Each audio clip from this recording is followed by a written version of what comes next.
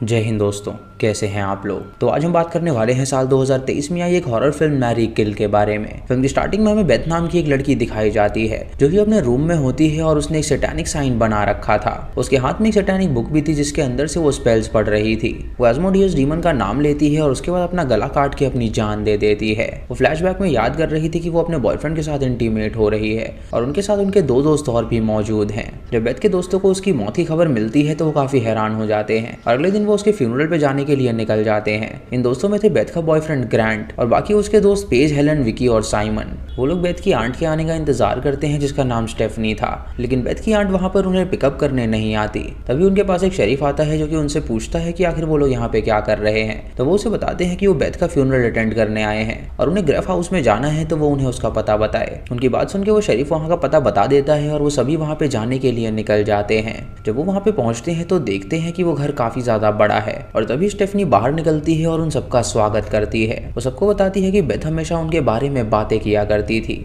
उसके बाद स्टेफनी उन्हें अंदर बुलाती है और उनसे कहती है कि वो अपने अपने रूम सेलेक्ट कर लें क्योंकि कुछ दिनों के लिए उन्हें यहाँ पे रुकना पड़ेगा बेथ की शांति के लिए। और बेथ ने एक वसीयत बनाई है इस घर को लेकर, तो वो सभी उस वसीयत को सुनकर ही जाएं। उसके बाद स्टेफनी वहाँ से जाने लगती है और वो ग्रांट का हाथ पकड़ती है और उसे कहती है कि बेथ उससे सच्चा प्यार किया करती थी।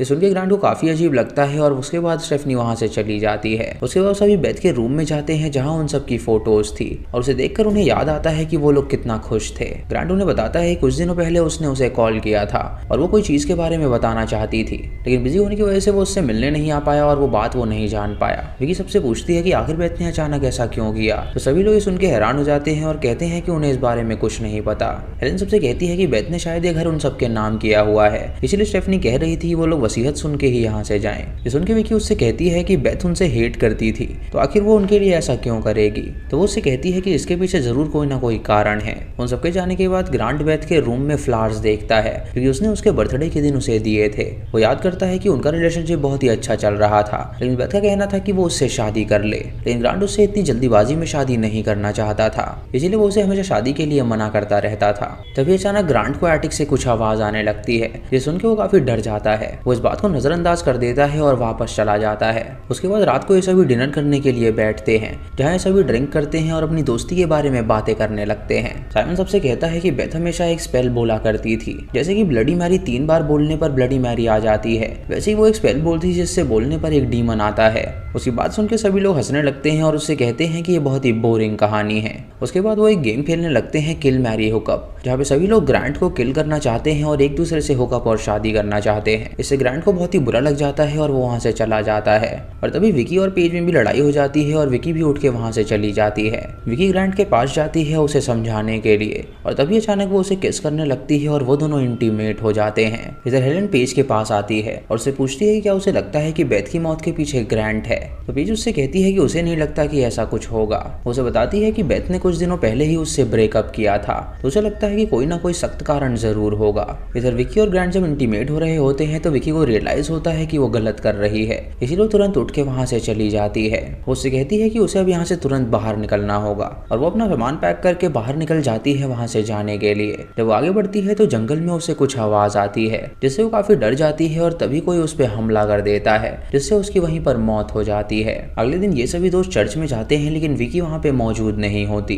वो चारों फ्यूनरल अटेंड करते हैं जहाँ पे वो बेथ को बहुत ज्यादा याद कर रहे थे। तभी स्टेफनी ग्रांट के पास आती है और उसे कहती है कि वो उन लोगों में से एक है। ग्रांट कुछ भी समझ नहीं पाता और उससे पूछता है कि वो किस बारे में बात कर रही है। स्टेफनी उससे कहती है कि उसके पास एक ऐसी पावर है जिसके बारे में वो जानता ही नहीं है। उसके और बेथ के पूर्वज बहुत ही ज्यादा शक्तिशाली थे और वो हमेशा किसी की पूजा किया करते थे जिसके बारे में वो नहीं जानता है। तभी वहाँ पे पेज आ जाती है जो कि ग्रांट से पूछती है कि स्टेफनी क्या कह रही थी, तो वो उसे इस बारे में कुछ भी नहीं बताता। फ्यूनरल के बाद वो चारों घर में आ जाते हैं और विकी को ढूंढने लगते हैं, लेकिन विकी उन्हें कहीं पर भी नहीं मिलती। उन्हें लगता है कि शायद वो चली गई होगी, इसीलिए वो लोग चिल करते हैं और ड्रिंक करने लगते हैं। जब वो सभी बातें कर रहे होते हैं तो अचानक ग्रांट को वहाँ पे बेथ की आत्मा दिखाई देती है, जिसे देखकर वो काफी हैरान हो जाता है और उसका पीछा करने लगता है। जब वो ऊपर जाता है तो उसे वहाँ पर कोई भी नहीं मिलता और तभी पेज वहाँ पे आके उससे पूछती है कि वो यहाँ पे क्या कर रहा है। वो उससे कहता है कि उसे लगा कि शायद उसने बेथ को देखा। तो पेज उससे कहती है कि वो चिंता ना करे, वो हैलुसिनेट कर रहा होगा। वो इस बात को नजरअंदाज कर देता है और नीचे आ जाता है। तभी वो अपने काउच पे बेथ को बैठा हुआ पाता है, जिसे देखकर वो हैरान हो जाता है। बेथ उससे पूछती है कि वो कैसा है। बेथ उसे बताती है कि वो दूसरी साइड है और सिर्फ वो उससे बात करने के लिए यहाँ पर आई है। उसके बाद बेथ ग्रैंट को बाहर ले जाती है और उसके साथ इंटीमेट होती है। और तभी ग्रैंट देख पाता है कि उसकी आंखें पूरी तरह काली हो गई हैं और उसके अंदर से कोई डीमन चिल्लाता है, जिससे वो बहुत ज्यादा डर जाता है। तभी उसकी आंखें खुल जाती हैं और वो देखता है कि जंगल में वो अकेला है और सुबह हो गई है और वो यहीं पर सो रहा था। वो तुरंत अंदर जाता है और उसे लगता है कि शायद नशे में वो ये सब देख रहा होगा, लेकिन वो सब इतना रियल लग रहा था कि उसे यकीन नहीं हो रहा था कि ये एक सपना था। वो सबको बताता है कि उसने बेथ को कल रात को देखा और उसे लगता है कि उसकी आत्मा यहाँ पर भटक रही है। पेज और साइमन उससे कहते हैं कि ऐसा कैसे मुमकिन हो सकता है। और हेलन जब फोटो लेती है तो उसकी फोटो कुछ ब्लर आती है। तो वो सबसे कहती है कि उसे लगता है कि सच में यहाँ पे कुछ पैरानॉर्मल चल रहा है। वो सबको वो फोटो दिखाती है जहाँ पे उन्हें बेथ की आकृति नजर आती है और वो चारों उसे देखकर हैरान हो जाते हैं। तभी पेज सबसे कहती है कि वो लोग खाना खा लें क्योंकि लॉयर बहुत जल्द आने वाला है। कुछ देर बाद स्टेफनी लॉयर को लेकर वहाँ पे पहुंचती है और लॉयर उन सबको उसकी वसीयत पढ़ के सुनाता है। उसमें लिखा हुआ था कि बेथ ने अपनी सारी संपत्ति अपने दोस्तों के नाम कर दी है। और ये सुनकर स्टेफनी बहुत ही हैरान हो जाती है क्योंकि वो उसकी आंट थी और उसके हाथ कुछ भी नहीं लगा था। लॉयर उसे कहता है कि बेथ एक हफ्ते पहले ही उससे मिली थी और उसने अपनी वसीयत में ये सारी चेंजेस कर दी थी। ये सुनकर स्टेफनी को बहुत ही बुरा लगता है और वो वहां से तुरंत चली जाती है।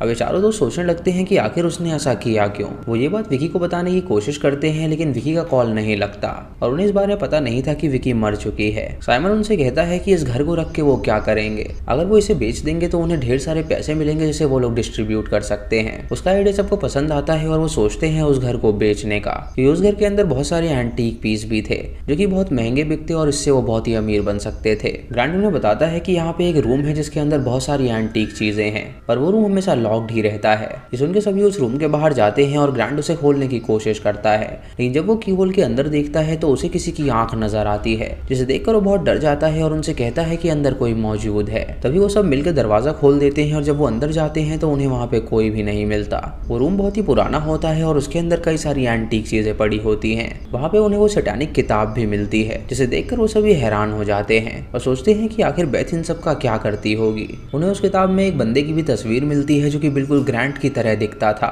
और ये देखकर ग्रांट हैरान हो जाता है और सोचता है कि ऐसा कैसे मुमकिन हो सकता है। पेज उसे शांत कराती है और उससे कहती है कि बस एक कोइंसिडेंस है और कुछ भी नहीं, लेकिन ग्रांट को काफी अजीब लगता है, इसीलिए वो बाहर चला जाता है। तभी पेज उसके पास आती है और उससे कहती है कि वो इस बारे में ज्यादा ना सोचे। वो वैसे उस इंसान की तरह दिखता है, लेकिन ये सिर्फ एक बुक है जिसकी तस्वीरों को उसे बिल्कुल भी सीरियसली नहीं लेना चाहिए। ग्रांट उससे कहता है कि उसे फील हो रहा है कि इस बुक से कोई ना कोई कनेक्शन बेथ का जरूर है। इधर साइमन जब नहा रहा होता है तो वो अपने पर्दे के पीछे किसी को देखता है। उसे लगता है कि कोई दोस्त उसके साथ प्रैंक कर रहा है, इसीलिए वो तुरंत उसे वहां से जाने के लिए कहता है, लेकिन तभी एक अनजान शक्ति उसे अंदर खींचने लगती है, जिससे वो जोर से चिल्लाता है और उसकी आवाज सुनकर वहां पे सभी लोग आते हैं और उससे पूछते हैं कि क्या हुआ। जब वो सबको इस बारे में बताता है तो उसे एटिक से आवाज आती है और हेलेन और वो डिसाइड करते हैं कि वो एटिक में जाएंगे देखने के लिए। वो दोनों जब एटिक में जाते हैं तो उन्हें वहाँ पे एक बंद दरवाजा मिलता है, जिसे जब वो खोलते हैं तो उसके अंदर से ढेर सारी इंसान की हड्डियां गिरती हैं, जिसे देखकर वो दोनों डर जाते हैं और सोचने लगते हैं कि आखिर यहाँ पर ये कैसे आई होंगी। वो ग्रांट और पेज को भी इस बारे में बताते हैं तो पेज उन्हें बताती है कि शायद ये किसी डिमोनिक एंटिटी का काम है, क्योंकि कोई इंसान ऐसा काम बिल्कुल नहीं कर सकता। ये सब देखकर वो बहुत ज्यादा डर जाते हैं, इसलिए वो डिसाइड करते हैं वो घर छोड़ने का।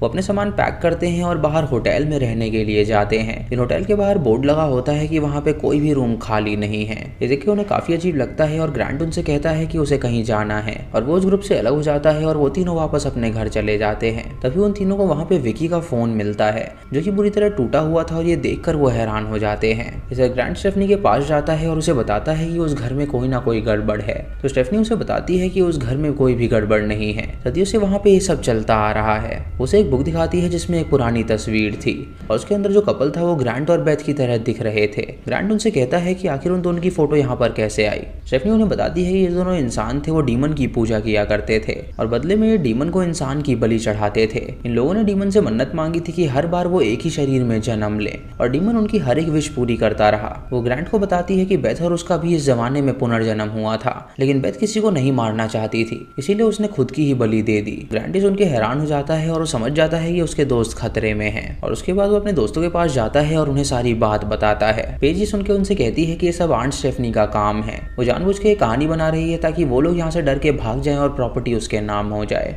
उसके बाद वो सभी सोने के लिए चले जाते हैं और हेलेन जब सो रही होती है तो अचानक उसके बेड के नीचे से उसे कुछ आवाज आती है। जब वो नीचे देखती है तो उसे वहाँ पे कुछ भी नहीं नजर आता, लेकिन तभी एक आत्मा उसका पैर पकड़ लेती है और उसे जान से मार डालती है। इधर पेज बेथ का लैपटॉप देखती है जहाँ पे उसे एक वीडियो मिलती है जिसमें बेथ ये कह रही होती है कि आंट को उनके फेट के बारे में पता चल गया है कि वो और ग्रांट का पुनर्जन्म क्यों हुआ है, लेकिन वो किसी को नहीं मारना चाहती, इसीलिए वो उस डीमन के सामने खुद की बलि चढ़ा रही है। पेज सब देखकर उस वीडियो को डिलीट कर देती है। जब ग्रांट किचन में होता है तो उसे बाहर एक औरत नजर आती है जो कि बेथ की तरह लग रही थी और उसे लग रहा था कि शायद कोई उसे डराने की कोशिश कर रहा है, इसीलिए वो चाकू उठा के वहां पे जाता है ताकि वो उसका सामना कर सके। तभी वो देखता है कि वो लेडी सच में बेथ है और जब वो उसे स्टैब करने के लिए जाता है तो वो वहां से गायब हो जाती है और वो चाकू साइमन को लग जाता है जो कि उसे रोकने के लिए आया था। ग्रांट जब ये देखता है तो वो उसे लेकर अंदर जाता है, लेकिन ब्लड लॉस होने की वजह से साइमन की वहीं पर मौत हो जाती है। ये देखकर पेज स्टेफनी और ग्रांट से कहती है कि क्यों ना वो पुलिस को कॉल करें, लेकिन स्टेफनी उनसे कहती है कि अब बहुत रात हो गई है तो उन्हें पुलिस को कॉल नहीं करना चाहिए। तभी ग्रांट हेलेन के रूम में जाता है देखने के लिए कि वो ठीक है या नहीं, लेकिन तभी उसे वहाँ पे ढेर सारा खून मिलता है जिससे वो समझ जाता है कि वो भी मारी गई है। ये देखकर पेज स्टेफनी को इसका दोषी ठहराने लगती है और उससे कहती है कि उसे प्रॉपर्टी चाहिए इसीलिए वो ये सब कर रही है। स्टेफनी उससे कहती है कि उसने किसी को भी जान से नहीं मारा है, ये सब उस डीमन का काम है और किसी का नहीं। जब वो वहाँ से जा रही होती है तो पेज उसके सामने आती है और उससे कहती है कि वो यहाँ से निकल जाए और तभी पेज की आंखें एकदम से काली हो जाती हैं, जिससे वो समझ जाती है कि उसके अंदर एस्मोडियस डीमन है। तभी पेज उसे धक्का दे देती है और सीढ़ियों से नीचे गिर के स्टेफनी की मौत हो जाती है। अब उस घर में सिर्फ पेज और ग्रांट ही बचे हुए थे और ग्रांट को समझ में नहीं आ रहा था कि आखिर यहाँ पे चल क्या रहा है। पेज उसे ड्रिंक पीने के लिए देती है और जब वो ड्रिंक को पीता है तो वो वहीं पर बेहोश हो जाता है। तभी अचानक वहाँ पे वो शेरिफ आता है देखने के लिए कि वहाँ पे सब कुछ ठीक है या नहीं। तो पेज उससे कहती है कि यहाँ पे सब कुछ ठीक है तो वो यहाँ से चला जाए। ग्रांट हिम्मत करके उठता है और पुलिस को बताने की कोशिश करता है कि ये लड़की कातिल है, लेकिन उसकी आंखें बार बार बंद हो रही होती हैं जिससे वो कुछ भी नहीं बोल पाता। और पेज इंस्पेक्टर से कहती है कि ये बहुत ज्यादा ड्रंक है। ये सुनकर वो ऑफिसर तुरंत वहां से चला जाता है। ग्रांट उससे पूछता है कि आखिर वो है कौन, तो पेज उसे डिमोनिक आवाज में कहती है कि वो एस्मोडियस है। उसके बाद वो ग्रांट को चेन से बांध देती है और बाकी सबकी डेड बॉडीज को उठा के उस सैटेनिक सिंबल के अंदर रखती है। वो उसे बताती है कि वो हमेशा से उसे पसंद किया करती थी, लेकिन बेथ उसके रास्ते में आ रही थी, इसीलिए उसने उस डीमन का सहारा लिया ताकि वो बेथ को उनके रास्ते से हटा सके। एक रात उसने उन सबकी ड्रिंक में एक ऐसी दवा मिला दी थी जिससे वो सभी आपस में इंटीमेट होने लग गए थे और फिर वो बेथ को वहां पर लेकर आए और उसने दिखाया कि उनके बीच क्या हो रहा है। इसी वजह से बेथ ने उसके साथ ब्रेकअप कर लिया था। बेथ को उस पर बहुत ज्यादा भरोसा था, इसीलिए उसने ब्लैक मैजिक का सहारा लिया और उसे पता लग गया कि वही वो सब करवा रही थी, लेकिन वहां पे आके उसने बेथ को भी जान से मार डाला और उसने अपनी जान खुद नहीं ली थी बल्कि उसने अपने हाथों से उसे मारा था। उसके बाद एस्मोडियस अपने असली रूप में आता है और वहां पे कुछ स्पेल्स पढ़ने लगता है। तभी ग्रांट वहां पे एक चाकू देखता है तो वो चाकू उठा के उसके गले में घुसा देता है, जिससे सब कुछ खत्म हो जाता है और उसकी बॉडी के अंदर से बेथ निकलती है। वो बेथ को अपने साथ ले जाता है और उसके साथ इंटीमेट होता है और बेथ उससे कहती है कि उसे क्या लगता है कि सब कुछ खत्म हो गया है। वो एस्मोडियस है जो कि छल कपट करने में बहुत ही ज्यादा माहिर है। ये सुन के ग्रांट हैरान हो जाता है और बेथ उसका गला दबा के उसे जान से मार डालती है और उसके बाद वो अपने घर से बाहर निकल जाती है और हम जान पाते हैं कि उस डीमन ने बॉडी बदल ली है और अब वो बेथ की बॉडी में ही रहेगा और अपने शिकार करेगा। दोस्तों इसी के साथ ये मूवी यहीं पर खत्म हो जाती है। आपको ये मूवी कैसी लगी आप हमें कमेंट सेक्शन में जरूर बताइएगा। अगर आप चैनल पे नए हैं तो इसे सब्सक्राइब करें और बेल आइकॉन दबाएं नोटिफिकेशंस के लिए। और दोस्तों वीडियो को लाइक और शेयर करना बिल्कुल मत भूलिएगा। तो मैं मिलता हूँ आपको अगली वीडियो में, तब तक के लिए जय हिंद।